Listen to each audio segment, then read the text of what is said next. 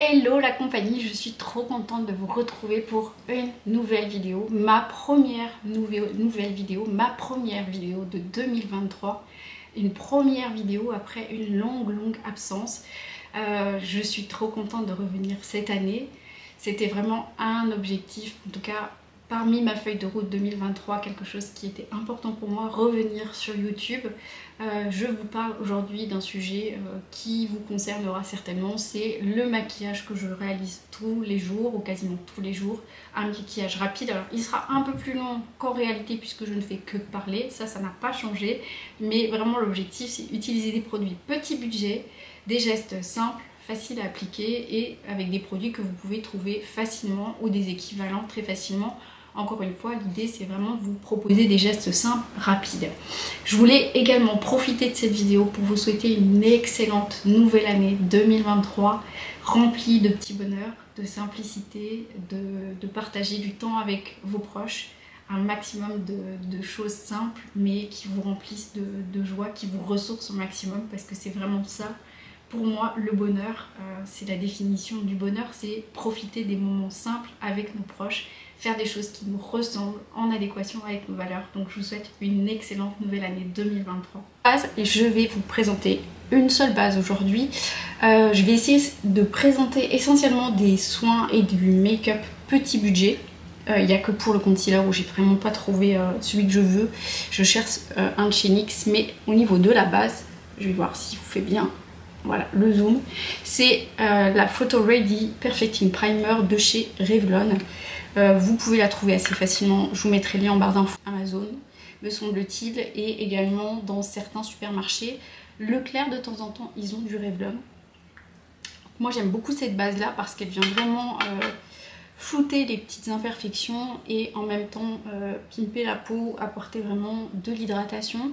Donc je vais me concentrer évidemment sur la zone T en priorité, donc tout ce qui va être menton, évidemment le nez, les ailes du nez, ici parce que j'ai les pores légèrement apparents, ce qui n'est pas très gracieux.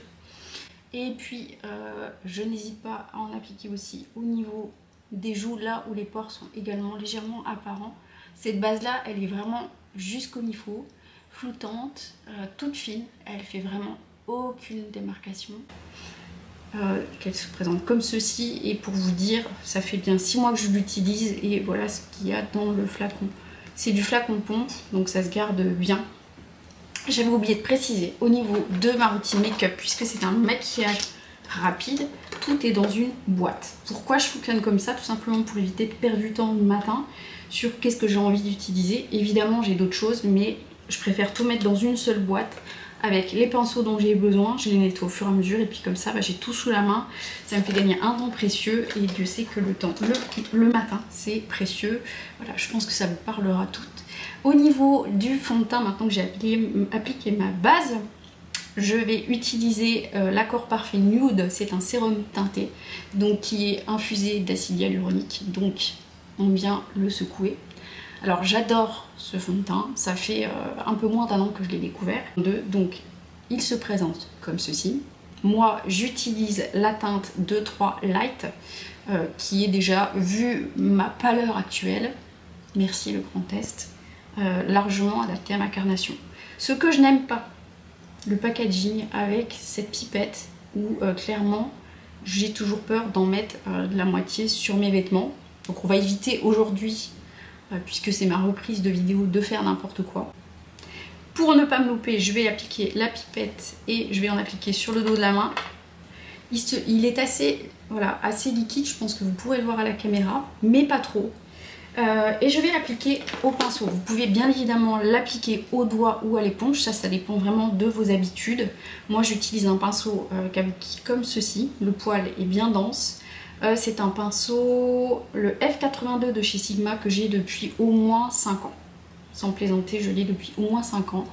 Et donc je vais essayer de l'appliquer de façon uniforme. Il n'a pas un fort pouvoir de correction, comme vous pouvez le voir.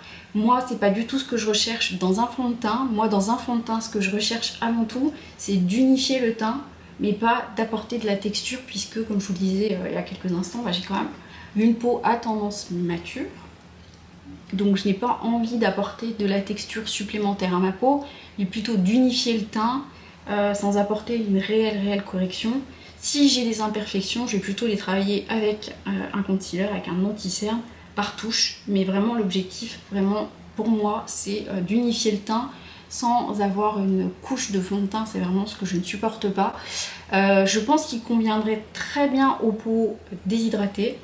Je pense que pour les peaux sèches, il aurait besoin d'être poudré. Pour ma part, je ne poudre que les zones qui ont besoin d'être poudrées, à savoir la zone T, très légèrement le contour de l'œil, en tout cas cette zone-là, là où je vais vraiment apporter de la lumière, mais très peu de poudre pour éviter encore une fois de surcharger le teint. Je tapote après pour vraiment faire en sorte que le fond de teint soit au maximum imperceptible. Voilà, l'objectif atteint, je veux pas plus de couvrance que ça, pour moi c'est pas ce qu'il y a de plus important. Côté concealer, j'en ai deux que j'aime beaucoup, que j'ai découvert également en 2022, c'est le teint Idol Ultra Wear de chez Lancôme.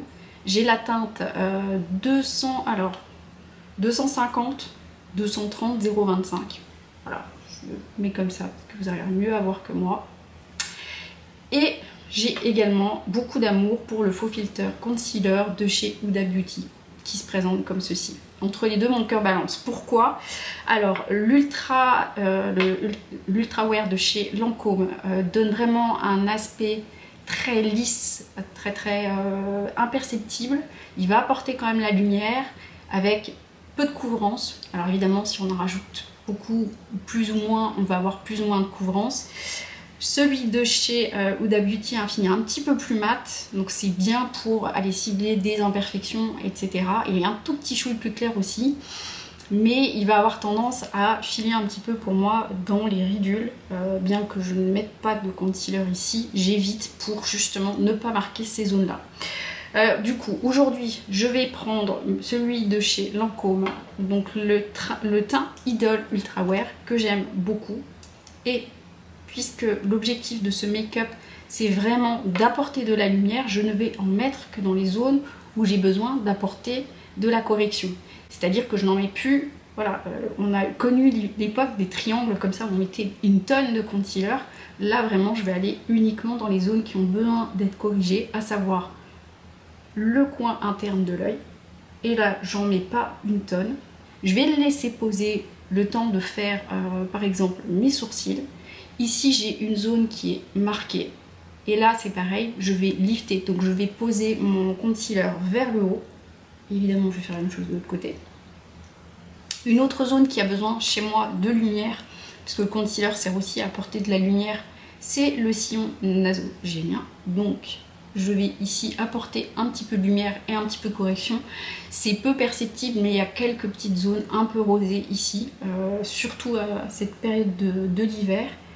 Et j'en mets pas plus que ça, je vais le laisser cuiser un peu dans la peau parce qu'il oxyde un tout petit peu, mais vraiment un chouï. Quand je dis un tout petit peu, c'est rien de dérangeant, sinon je l'utiliserai pas. Et pendant ce temps-là, je vais m'occuper de mes sourcils. Alors, pour mes sourcils, je ne vais pas non plus utiliser 10 000 produits. C'est un matin où j'ai peu de temps, donc l'objectif c'est d'aller à l'essentiel. Moi, j'ai un produit chouchou depuis très longtemps. C'est le 24 Heures Brow Setter de chez Benefit.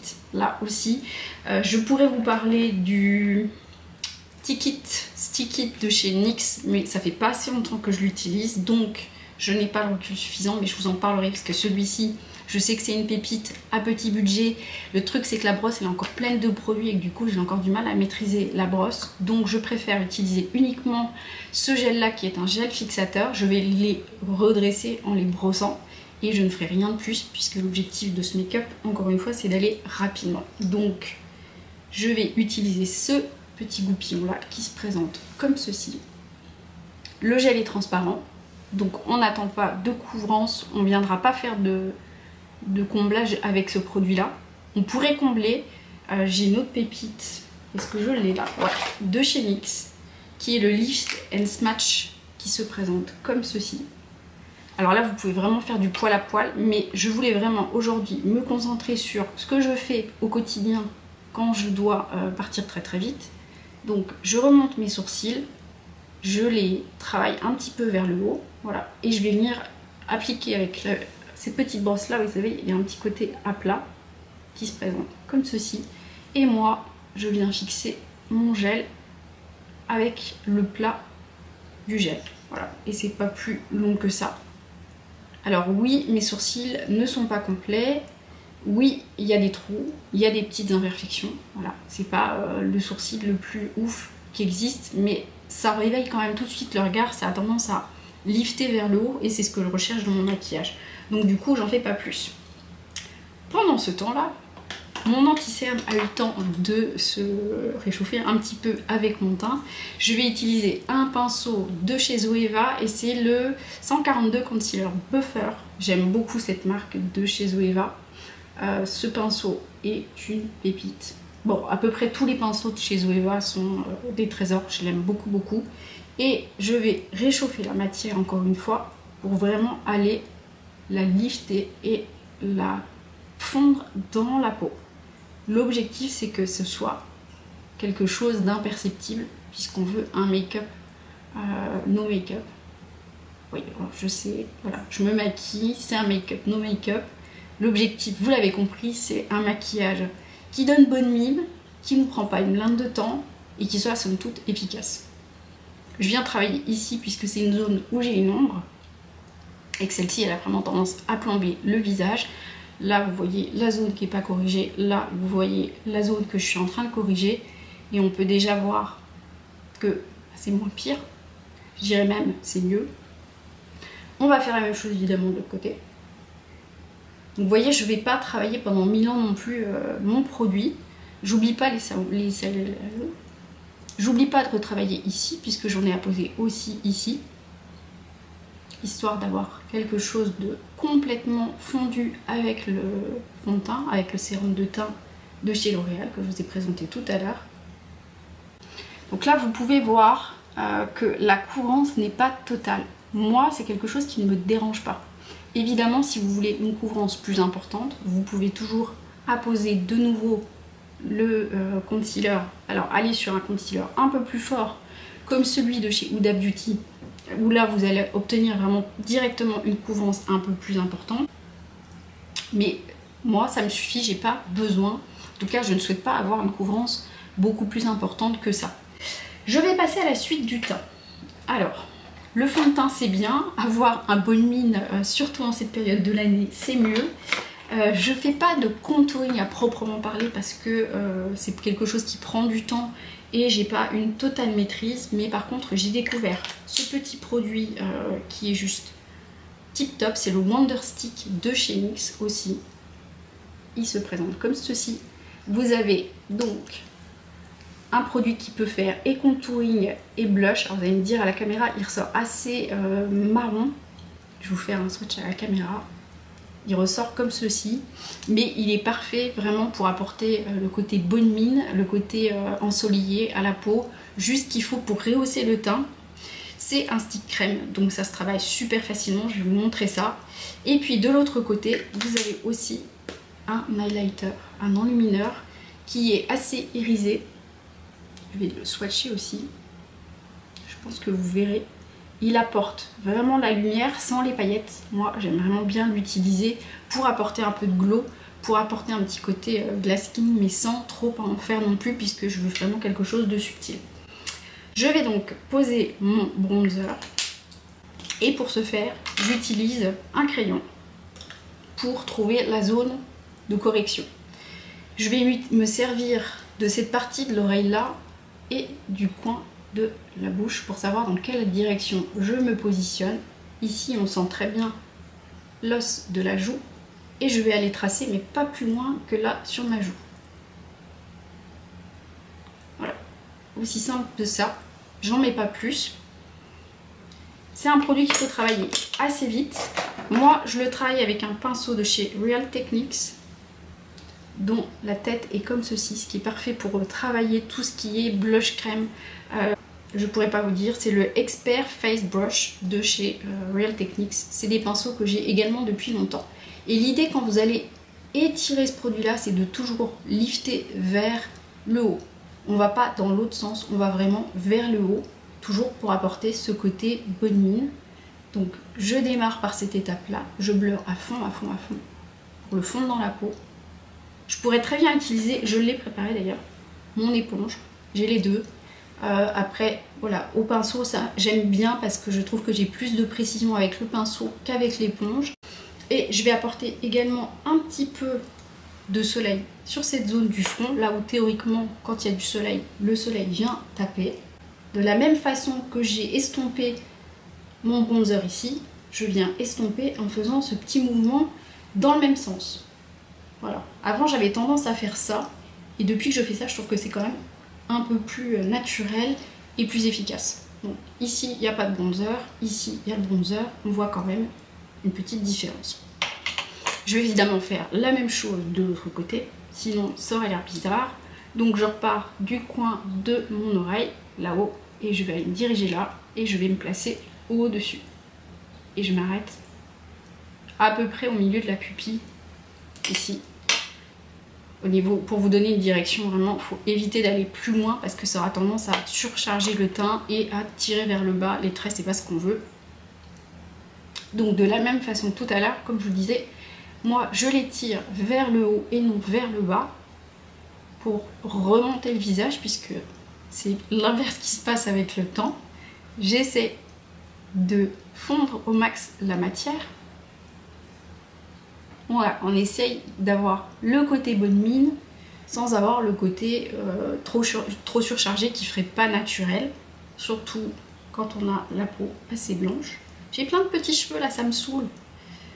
Et je vais faire les deux mêmes traits que tout à l'heure et je vais venir fondre ça toujours avec le même mouvement. Et là on arrive déjà à un teint un peu moins blafard. C'est déjà un peu moins cadavérique. J'adore Mercredi, je sais pas si vous avez vu la série, hein, mais son make-up n'est pas adapté à l'incarnation. Il y a qu'elle qui s'est bien portée, donc ce n'est pas fait pour moi. Donc on en est à l'étape du bronzer. On a fait le teint, il manque évidemment le blush. Moi je viendrai poser en dernier. J'aime bien faire ça parce que ça dépend vraiment du make-up des yeux. Et du coup c'est la dernière étape que je viens faire dans mon maquillage.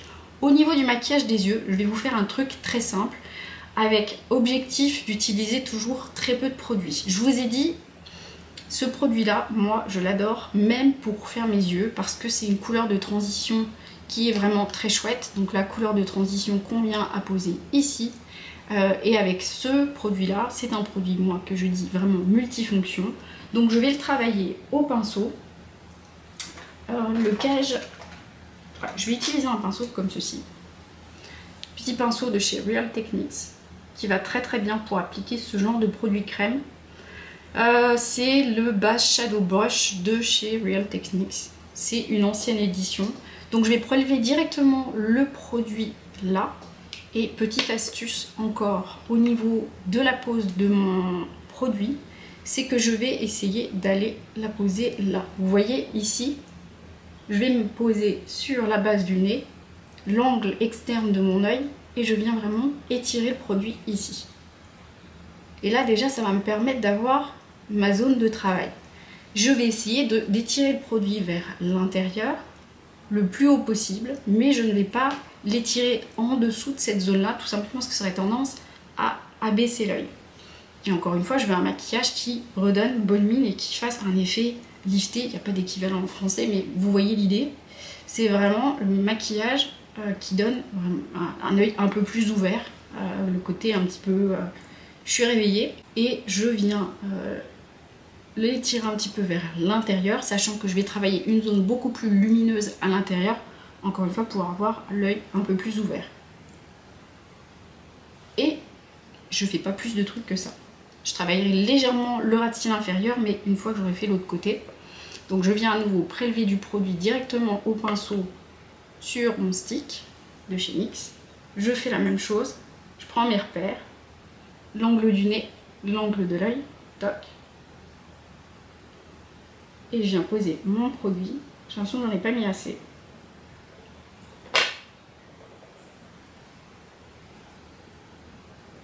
Bon, je sais pas si vous êtes comme moi, dites-le moi en commentaire, mais j'ai toujours plus de mal à faire un œil que l'autre. À chaque fois, c'est la même histoire. J'ai plus facile sur l'œil gauche que l'œil droit, alors que je suis droitière.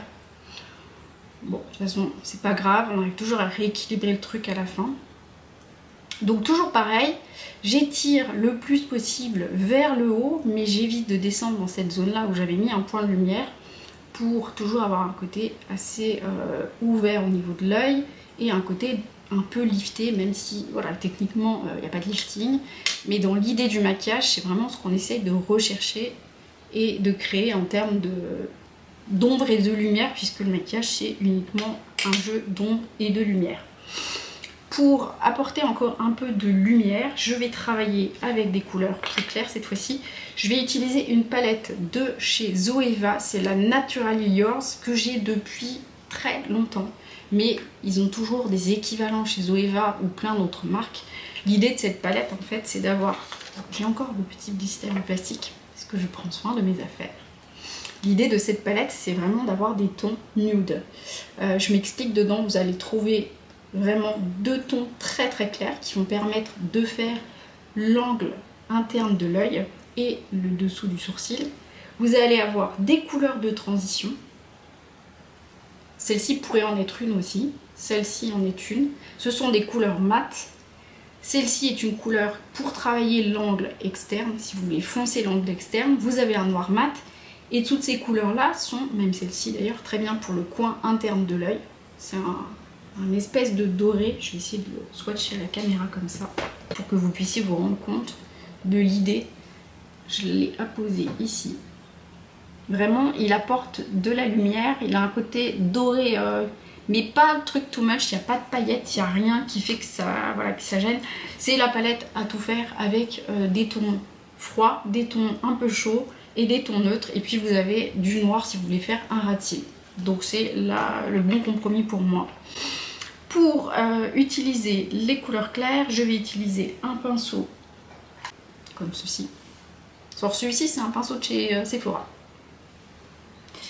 Et je vais apporter la couleur. Alors elle s'appelle First Love, même si je ne sais pas si cette palette existe encore. Et je vais travailler donc l'angle interne de mon œil.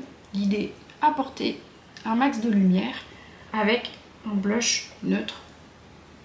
On est vraiment dans l'idée d'ouvrir le regard. Ah, pour une fois j'ai commencé par l'œil droit. Je le précise parce que c'est vrai que je fais toujours dans l'autre sens. Et je viens en apposer un tout petit peu au niveau du sourcil. Mais alors je me limite à cette zone là. Il n'est pas la peine d'en appliquer partout. Si on veut juste éclairer le bon coin, c'est uniquement cette zone là. Sinon on va contrebalancer les ombres et les lumières. Je fais la même chose de l'autre côté, paupières. On a tendance à voir les petites veines sur les paupières et grâce à ce fard là, ça vient neutraliser tout ce qui nous dérange. Ça vient ouvrir les yeux, donner un regard un peu plus éveillé, surtout les matins. Comme tout à l'heure, je vais en placer en dessous de mon sourcil, uniquement sur cette petite zone là, encore une fois pour ouvrir le regard, et je ne vais pas chercher plus loin. Je vais quand même travailler mon ras de cils inférieur avec la même couleur que j'ai utilisée tout à l'heure. Alors, je vais travailler mon ras de cils inférieur avec le 322 Brow Line de chez Zoeva. Je viens prélever avec ce petit pinceau directement sur le stick et je vais l'appliquer en ras de cils. Donc comme je vous l'ai dit, je regarde en dessous parce qu'il y a mon miroir et j'aimerais bien ne pas me mettre le pinceau dans l'œil. Et je viens rejoindre l'angle externe de mon œil et je fais attention à ne pas redescendre dans cette zone là où j'avais mis justement un point de lumière. Et là je pense que vous verrez que ça réouvre l'œil, encore une fois, sans surcharger trop le regard. Évidemment on va faire la même chose de l'autre côté. Bon, j'ai toujours tendance à faire des mimiques bizarres quand je me maquille. Hein. Dites-moi si vous êtes pareil, je sais pas. C'est comme le mascara, quand je mets du mascara, je fais une tête très bizarre. Je vais poser un petit coup de mascara, mais avant d'utiliser le mascara, ça c'est un ustensile indispensable. Ce n'est pas un accessoire de torture, non, c'est le recourbe-cils. Je pense que vous le connaissez déjà. Ça va déjà, si vous regardez mes cils avant l'utilisation de cet ustensile, ça va vraiment déjà bien préparer le cil et de lui donner une forme bien relevée avant d'apposer mon mascara. Je regarde légèrement vers le bas je viens pincer. Généralement je compte jusqu'à 7, alors voilà, après c'est une histoire de toc, d'habitude on va dire. Je sais pas si vous voyez déjà la différence entre avec et sans. Pour moi c'est vraiment quelque chose d'indispensable, ça prend pas beaucoup de temps et ça fait quand même toute la différence. Voilà, j'ai fait les 2 yeux, je vais appliquer mon mascara. Alors, si je ne devais en retenir qu'un seul cette année que j'ai découvert sur, voilà, grâce aux réseaux sociaux également, c'est le Sky High Seal Sensational de chez Maybelline, l'Ultra Black, sachant qu'il y a la version noire qui a l'air très bien aussi. C'est une brosse à picot synthétique comme ceci. Je suis pas fan d'habitude, mais vraiment là, j'avoue que ça tient ses promesses. Alors, comment je fais pour l'appliquer? Moi, je viens le mettre à la base de mes cils et je viens fermer l'œil. Et c'est un mascara qu'il faut vraiment laisser sécher si vous voulez mettre plusieurs couches. Si vous les enchaînez toutes, ça va être un peu galère. Mais si vous y allez comme je vous montre, donc vous construisez, voilà, moi une seule couche me suffit. C'est un mascara qui va vous apporter de la longueur, de la définition. Vous ne faites pas de paquet avec. Et vraiment, il tient ses promesses, il fait vraiment super bien le job. Et si vous voulez vraiment un côté plus travaillé, plus chargé, il ne faut pas hésiter à appliquer plusieurs couches parce que vraiment il se travaille super bien. Encore une fois, il faut bien le laisser sécher entre les 2 yeux. Donc vous appliquez une couche, vous travaillez l'autre œil, etc., etc.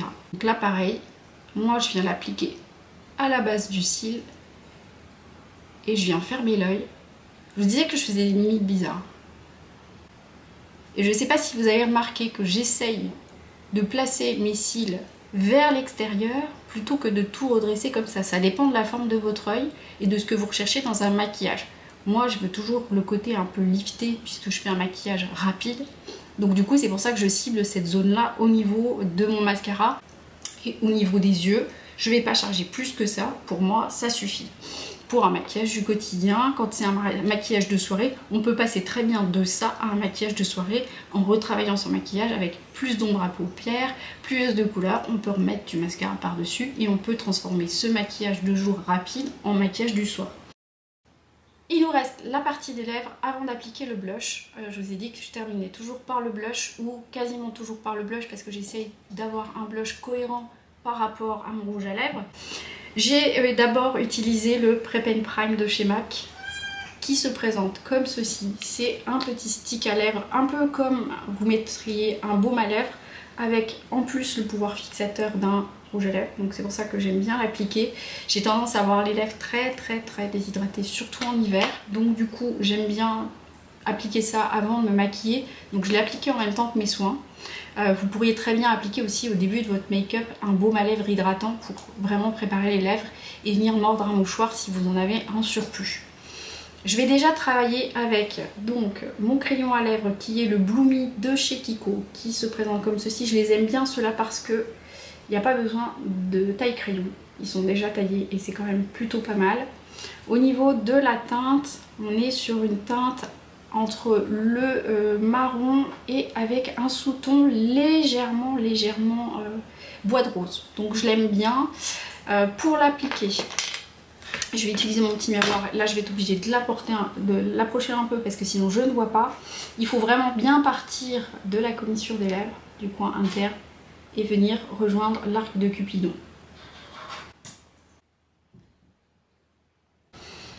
Si vous entendez miauler, c'est Pilou. Il a décidé de venir maintenant dans la vidéo, je m'en doutais un peu. Je vais venir faire la même chose en bas, donc on fait bien attention à démarrer au niveau du coin interne de la bouche. Pilou, tu veux bien t'arrêter? Ça serait cool. Bien, je vais assurer l'intérieur des lèvres avec le crayon, ça va permettre à ma crème à lèvres de chez NYX de bien tenir et d'avoir déjà quelque chose d'assez uniforme. Donc j'assure l'intérieur des lèvres. Ces petits crayons de chez Kiko, ils sont très bien. Ils déshydratent pas, ils n'ont pas tendance à filer dans les petites rides des lèvres. Ils marquent pas. Ils ont vraiment une très bonne tenue. Je l'ai utilisé avec des rouges à lèvres raisin. Je l'ai utilisé donc avec ce produit là que je vais vous présenter de chez NYX. Ça fonctionne très bien, petit budget et ça tient toutes ses promesses aussi, donc j'aime vraiment l'idée. Alors pour finaliser mes lèvres, après avoir appliqué le crayon, je vais appliquer un Soft Matte Lip Cream de chez NYX. Ce petit produit là, il est vraiment très cool. Moi j'ai la teinte SMLC 19, c'est la teinte Cannes. Je vais essayer de faire également un swatch pour vous présenter la couleur, c'est-à-dire que ma main est une palette géante. Voilà, ça donne ceci. C'est une teinte bois de rose qui tire légèrement sur le mauve, c'est vraiment très bien. Même en hiver, je trouve que ça passe bien. C'est assez soutenu, mais on peut le porter vraiment de journée. Alors, je vous le dis, il sent quand même le caramel, hein, il faut le savoir. Alors, celui-ci, il faut vraiment bien venir l'appliquer sur la totalité des lèvres et éviter de mordre les lèvres comme on a l'habitude de le faire avec un crayon raisin, un rouge à lèvres raisin. On va terminer par le blush. Je n'ai pas appliqué d'highlighter, c'est volontaire parce que dans mon maquillage de jour au quotidien, je n'applique pas d'highlighter. En revanche, le blush, c'est quand même un incontournable de mon maquillage. J'ai découvert, il y a quelques semaines de ça, une marque qui s'appelle Olika Olika, qui propose des blushs un petit peu... Alors, on est sur une forme de blush. Alors déjà, packaging est très sympa. Vous avez la petite houppette, vous pouvez la poser à la houppette. Vous avez ensuite le petit clips comme ça. Je vais y arriver. Et je pense que vous le verrez à la caméra, on dirait un peu une espèce de gelée. Et en fait, voilà. En plus la couleur c'est rose jelly. C'est la teinte 05. C'est un rose, bois de rose qui est neutre, que vous pouvez porter assez facilement. Il va tout de suite donner le côté frais, bonne mine que je recherche sur un blush. On n'est pas sur une teinte corail, on n'est pas sur une teinte vraiment froide. Donc là aussi, c'est un blush que vous pouvez utiliser avec à peu près toutes les carnations. Évidemment, vous pouvez le travailler à volonté parce que ces petites pépites de chez Olika se travaillent très facilement. Moi, j'ai choisi de ne pas le travailler avec la petite houppette. Je l'ai déjà fait, mais la petite houppette pour moi c'est pas la matière idéale. Vous voyez que je l'ai utilisée. C'est pas le format idéal. Je préfère utiliser un pinceau blush. Alors voilà, il a cette forme là. C'est vraiment typiquement les pinceaux utilisés pour le blush. Vous pouvez le pincer si vous voulez avoir un peu plus de précision. Et ces pinceaux là, il en existe sur le marché plein de catégories différentes. Je vais venir prélever mon blush directement comme ça.